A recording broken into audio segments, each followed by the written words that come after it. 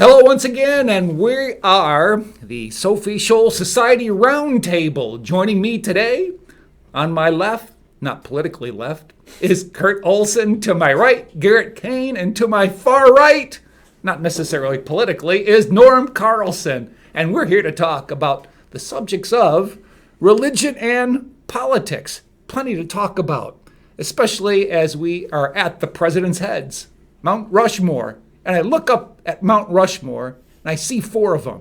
If I had to rank them, I would say number one for me would be Jefferson. Number two, Washington. Number three, Lincoln. Number four, Roosevelt. Anybody want to pop in with your order of preference? Well, I've always had a fondness for Washington. I've read several biographies, and of course, he's, of all the presidents he has there that are represented there, he has the most connection to this area, which piques my interest. Yeah, sure. By the way, Norm Carlson, local historian here in Chautauqua County. His mind is an encyclopedia of historical facts. And certainly Norm could probably pop in a Washington story even right now. Sure, he is well known for having come up to Fort LeBoeuf in order, when he was just in his early 20s, to warn out the French from encroaching, as they put it, on the king's land. He came within 15 miles of Chautauqua County. And no, he did not come up to Findlay Lake, as some people say. He didn't sleep on that island? No, he did not. Sleep. I can trace that myth back no farther than 1940. But he did come up very close. All right, Kurt, do you have a specific order on those on Mount Rushmore? Me, it would be probably Washington, Lincoln, Jefferson, then Roosevelt. I'd be the same as you, Mel. I'd like to put Madison up there instead of Roosevelt, though. Yes. And I think maybe we would say that is because Republican, during Roosevelt's time, was quite progressive. That is, it really wasn't conservative, Right. but it seemed to engage in politics that helped to propel what we see now in the progressive movement. Well, Roosevelt represented a certain faction then of the Republican Party, and of course that factionalism resulted in a schism with him running as the Bull Moose Party candidate.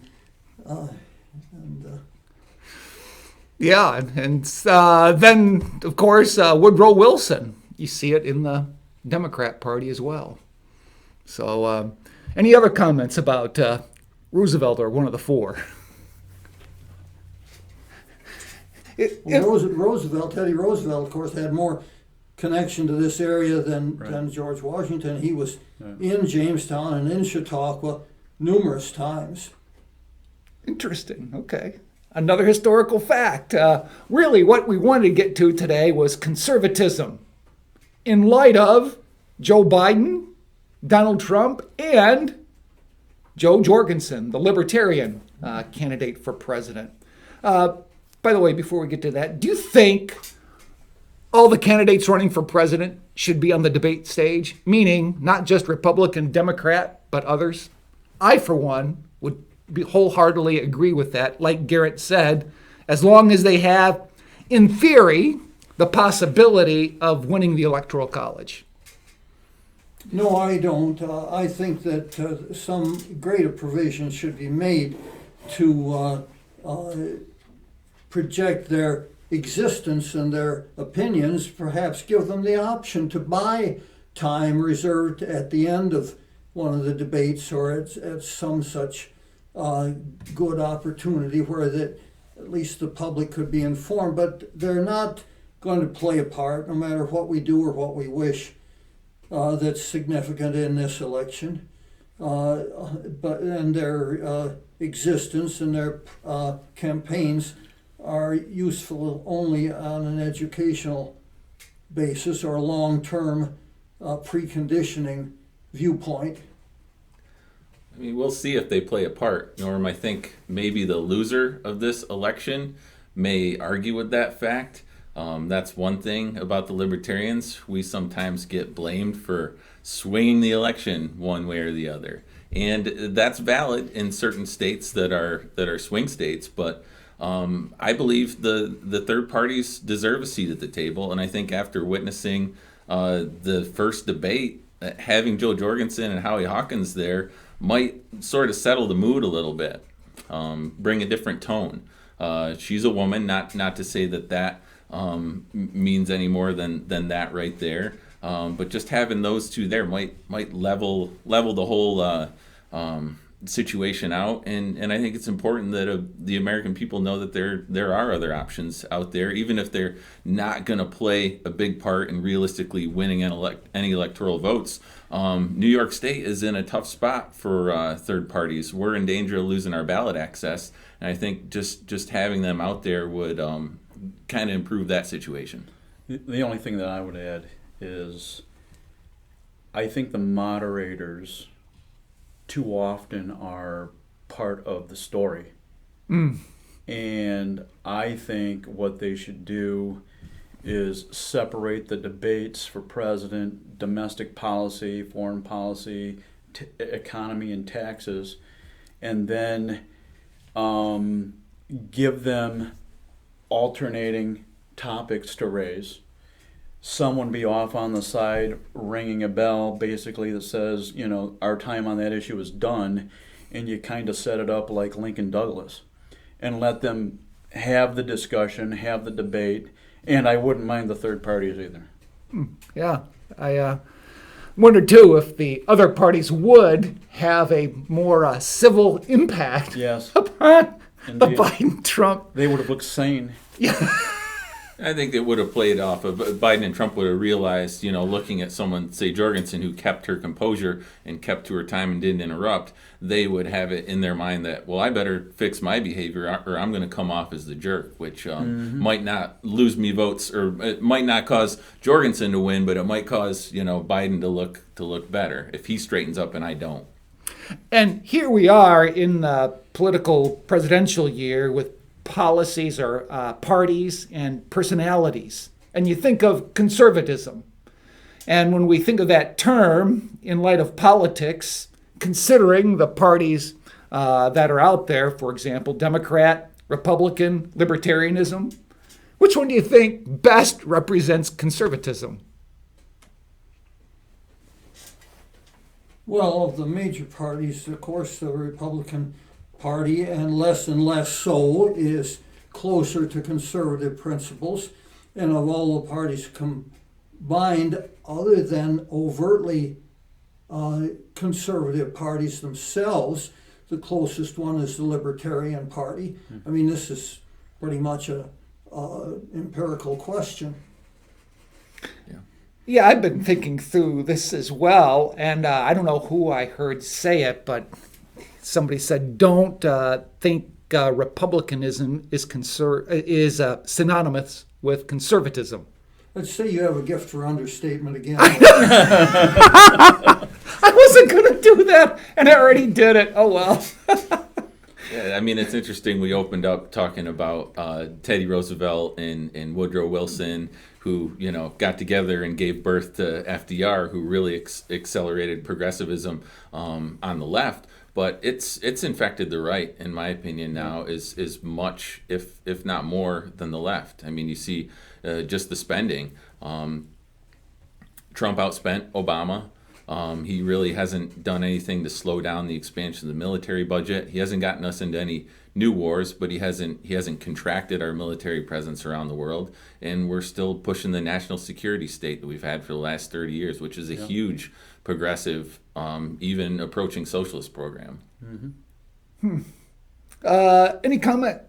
Well, I was certainly not in favor of Trump in the Republican primaries in 2016, and I used to tell my Trumpian friends that Trump isn't a real Republican, let alone a conservative. He's done less poorly than I feared. Yeah. And I'm certainly relieved, but with the strangest mixture of feelings that he won. But he wasn't, I don't think he was pretending to be a conservative. He was pretending to be a Republican. through. Oh, go ahead, Kurt. The harsh reality is Donald Trump doesn't have a political philosophy. Make America great again is not a political philosophy. And if it, in his mind, makes America great again, he's for it. He's not grounded with any political philosophy at all. When he's prodded to communicate conservative ideals, he doesn't do it very well. And the harsh reality is, anyone who thinks Donald Trump is a conservative really doesn't know what one is. I couldn't agree more. And where would you say he doesn't see conservatism in what he's doing politically? The big thing is the tariff policy. I mean, if you're a conservative, it's strong defense, free trade, size, scope, and cost of government, and then there's a variety of other issues that come up as well. I think the major issue where he's most conspicuously not conservative is the so-called health care. I call it medical care. I there think you go. health care is a That would be another. pompous affectation, but he's going to find an alternative. What is the government doing in the medical care business? Thank you very much. Yeah. And That's the conservative position. all throughout the debate, he touted how we fixed Obamacare, right? Yeah. I heard that term, like, you didn't fix it because it's still there. And like Norm said, any true conservative presses for separation of health and state. Amen. And the GOP had power, the White House, the Senate, and the House for 2 years. Right.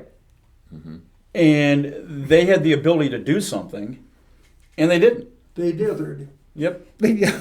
He really had a chance during that debate, especially like with the whole tax bombshell, which I don't think is a bombshell. I mean, he kind of got down that road, but he didn't finish the blow. Biden crafted that tax policy in his 47 years in government, Yep. which gave Donald Trump and many other people the opportunity to pay that few taxes. And they've all had their chances, like you said, Kurt. They've all had their chances to scale it back. Yep. And we have countless corporations that pay very little as well. Why? Because they have corporate lawyers who are paid to do that. Sure. And the income tax itself is not conservative. No. And I care very little whether corporations pay high or low tax because they don't pay tax. They collect tax, as the old saying goes. Taxation on corporations is useful or pernicious in terms of social policy, favoring or disfavoring certain corporations, certain industries, certain sizes, certain structures. You're playing with social engineering there. But as far as the actual impact on the standard of living of the every man and woman, it doesn't matter a whole lot whether you pay the tax to the IRS or whether you pay it added on to the price of the goods you buy. It's still the same. So ideally, what would the tax be that conservatives would be consistent in supporting? If you had your opportunity to overhaul the tax You system. mean the flat tax? Yes. Flat tax? Flat tax. You know, they say that that's so unfair because it hits the poor with a much greater percentage of their income. Yes, it does. But they say that the rich can afford to pay more, so they should pay more. Well, they say that's fair. Well, why is that fair? You know, I mean, if you were rich and you had earned all your money the hard way, that wouldn't seem so fair to you. And so whose judgment are we going by? It's just a purely subjective value judgment. And so that's the problem you have with an income tax, is you're going to be exercising a subjective judgment. Yeah, the progressive income tax you certainly don't need a federal and state income tax, one on top of the other. No. And rather than progressive tax, I like the term graduated tax. Because progressive, there's a propaganda element in that word. And it's not accidental. Yeah, right. It's done on purpose, yeah. Wow. So, libertarians, what would they think about? Well, our catchphrase is taxation is theft.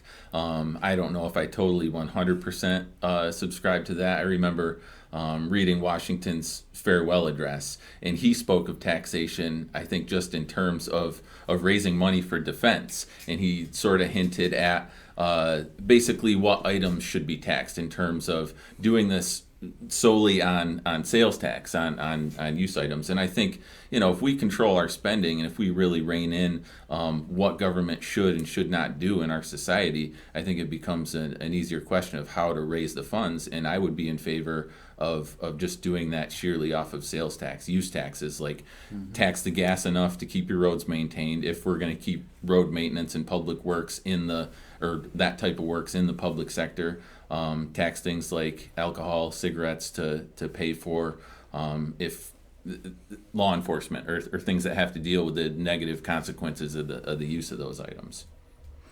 There's where conservatives and libertarians and I differ to some extent. Libertarians want a much smaller government. I want a smaller government. Libertarians want a much smaller government. And I don't know. I don't have an answer on taxation, and I don't have an answer on how big the government could be, because I don't have to have. We're never going to get anywhere close. I would like to see us move in the libertarian direction. I personally favor some programs, some policies and programs that aren't even conservative. Nobody's 100% pure. I think that the government, the state and federal, should have active promotion of science and big science. I was for the superconducting super collider. I think governments, including the federal government, should support museums, high culture, symphonies, art museums, and so on, and certainly science. And I think they should have a program of collecting folklore and folk music, because I happen to know something about those. And there is no way that that's going to be done by private enterprise. And it would be just an unconscionable loss to culture and history if some of these things were not studied, noted, and recorded. So the National Endowment for the Arts should get more money? Well, it depends on how it's administered and who's running it. But on the theoretical level, I don't know about more, but it should get some. Yeah. Okay. Kurt, anything like to add on other taxation or? The only thing that I would say in relation to taxation is the Republicans had an opportunity when we were going to war. What they should have immediately said, if we're going to send men and women into harm's way, the government's going to sacrifice first. No Republican anywhere, Bush on down, said, yeah, it's time to shutter education, energy, and go down the list of 4 or 5 agencies that would be worth shuttering.